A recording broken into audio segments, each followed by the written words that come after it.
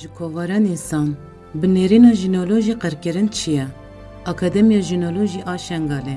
Mirov wekî gerdûna diyemîn, wekî gerdûna piçûk hebûna xwe di nava xwezayê de dibîne. Çawa ku hebûna gerdûnê bi hemû hêmanên xwe ve pêkane û dikare bi hemû pêkhateyên xwe ve were penasekirin, civak jî bi hebûna xweza, mirov û derdûra xwe dikare xwe bike nasname û hebûna xwe terîf bike.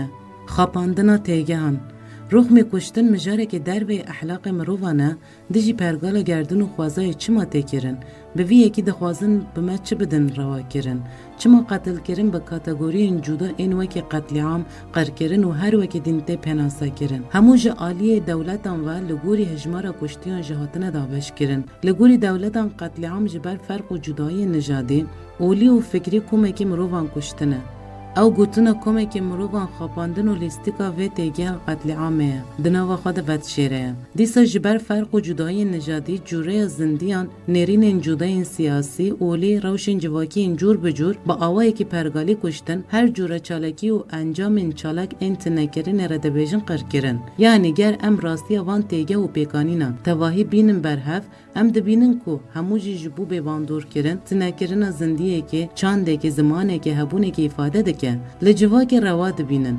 Hemû rêbazên kuştinê ji nasname û hebûnê tê birînkirin. Dike û dihêle ku her tim di penca qirkirinê de bijî, ku xwe winda bike. Ji ber wê jî em wekî Akademiya Jînolojî her kuştin an ji rêbazekî bişaftinê wekî ferman, qirkirin û qetilkirinê bidibînin. Bingeha qirkirinê. Di dîrokê de nakokiya bingehîn li ku derê be, çavkaniya qirkirinê jî di wir de veşartiye. Rêbera ku dibêje, jin netew, çîn û tebeqeya ku yekemîn car hatiye kolekirin e. Roja îro bi rêya zayenperestî, olperestî, nijadperestî, zanistperestî jin hatiye dûrpêçkirin. Rêna de ku asta kolekirina jinê ronî bibe. Qirkirina li ser jinê pêşketiya eşkere bibe. Rûl û rista pêşengtiya ku ji bo civaka xwe re dike were fêmkirin. Rêbera ku dibêje, ji bo şexs ang û civakekî hebûna xwe nîqaşkirin, rewşekî gelekî xeter û ketî îfade dike. Ew jî xeta zirav a di navbera jiyan û mirinê de destnîşan dike. Wekî Akademiya Jînolojî em jî hewl didin ku di qalîştokên pir piçûk de bikevin nava mijarê lêkolîn bikin, da ku rewşa jinan hîn zêdetir fêm bikin û di aliyê elmî yanî civaknasiya sosyolojiyê de tehlîl û penaseyên rast bikin. Bi taybetî mijara qirkirina jinan di fermanan de rewşa civaka me ya êzîdî mijarên girîng ên lêkolînê ne. Sedemên qirkirina civak û jinên êzîdî, civaka me ya êzîdî hewl dide bi bîr û baweriya xwe çanda xwe jiyan bike. Ji bo vê gelek bedelên mezin jî dane. 74 ferman ji bi vê sedemê jiyan kiriye.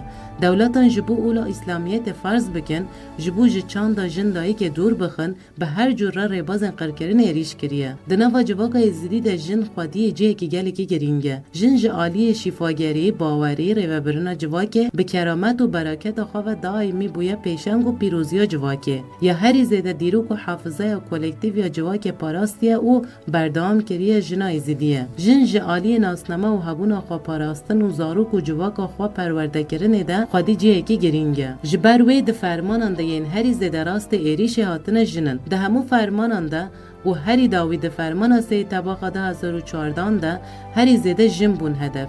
Gelek jin qetil kirin, gelek ji wan zindî şewitandin, gelek ji wan firotin welatên cuda. Heya niha jî eqûbeta gelek jinên êzîdî nayên zanîn. Jinên temel piçûk ku dîl ketine destê Daişê, dema ku tên rizgarkirin êşa herî mezin wê demê jiyan dikin. Zimanê xwe ji bîr kirine, ji bîr û baweriya xwe dûr ketine, ji bişaftinekî gelekî kûr re derbas bûne. Hişmendiyên desthilatdar bi van rêbazên felsefeya êzdayetî hêdî lewaz dikin. Yên ku tên rizgarkirin ji biriya münezzameyan derdikevin derveyê welat, yanî carekê din ji welat û civaka xwe dûr dikevin. Gelek jin dema hatin qetilkirin revan zarokên wan eğîtiman, bêperwerdewan, derûnî û nefsa jinê û zarokan ji aliyê ferman, kuştin, destavêtin, şewitandin, malbata wê tinekirine. Her tim hatiye pelçiqandin û tirsandin. Gelek jinan ne dikarin rewşa xwe tehlîl bikin, çareserî ne didîtin û xwe kuştin û ew rewş hîn jî berdewam dike.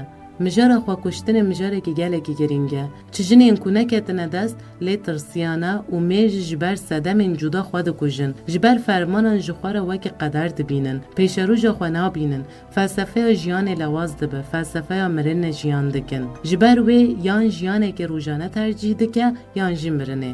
دولت جبر حتی نها امبارگو لسر حرم دانیه و به ویر بازی جواک لواس کریه. عرض و زویین به برکت ایروناک و خدمت ایزیدیان.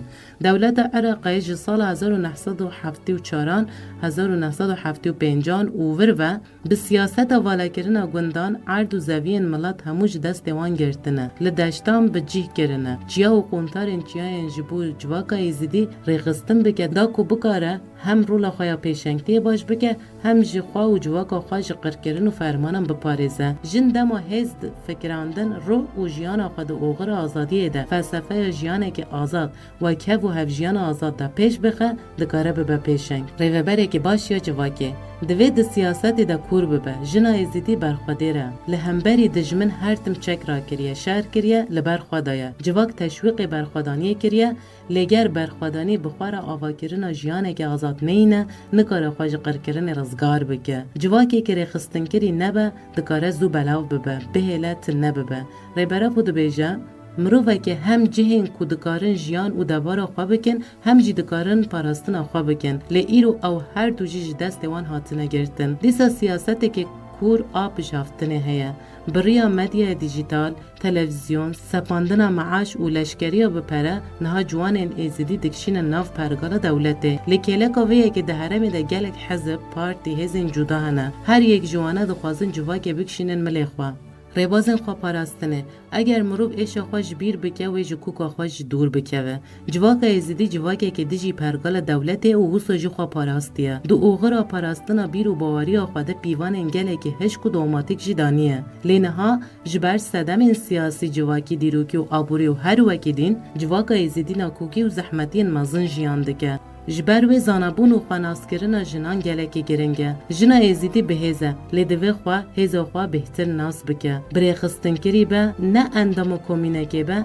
نه تشتکه جبو پاراستنا هبون و ناسنامه بیر و باوری رومت و کرامت خواه دوی بکومین بون خواه و دردور خواه ریخستن بکه به نزیکاتی انزایند پرست نجات پرست را تکوشین کرن گرینگه پیویست خواه بخواه ریوه ببن پاراستنا خواه جوهری بهیز بکن جبو جواگا ایزیدی جنان و آوه گرینگتر یک جه اوه کو هیز زانابون و ریخستن بون خواه ریوه برنا جوهری پیش بخه او بنگه و جیان و کولکتیف اکو من اللگل جواگا میا ایزیدی هین جگل که خورده تن دوی باشتر ریخستن بکه زانابون خواه دیروکی جواکی کورتر بکه برای بازن علمی فلسفی بکاره به میزاندن جیان دولمند بکه دیسا ده فرمانان ده پرتوکین جواگا ایزیدی دیروکی جهاتنه تنکرن نه بگرانه به دیروکا دفکی و ریبازا میتولوژیک دیروکا خود پاریزه او ریبازه که گله که گرینگه لیدوی ایدی بنویسه جه تشت نویساندی زیده تا جدیرو کرده دمینن دوی آلیه ده جی پیوستی بخواباته که کور هیا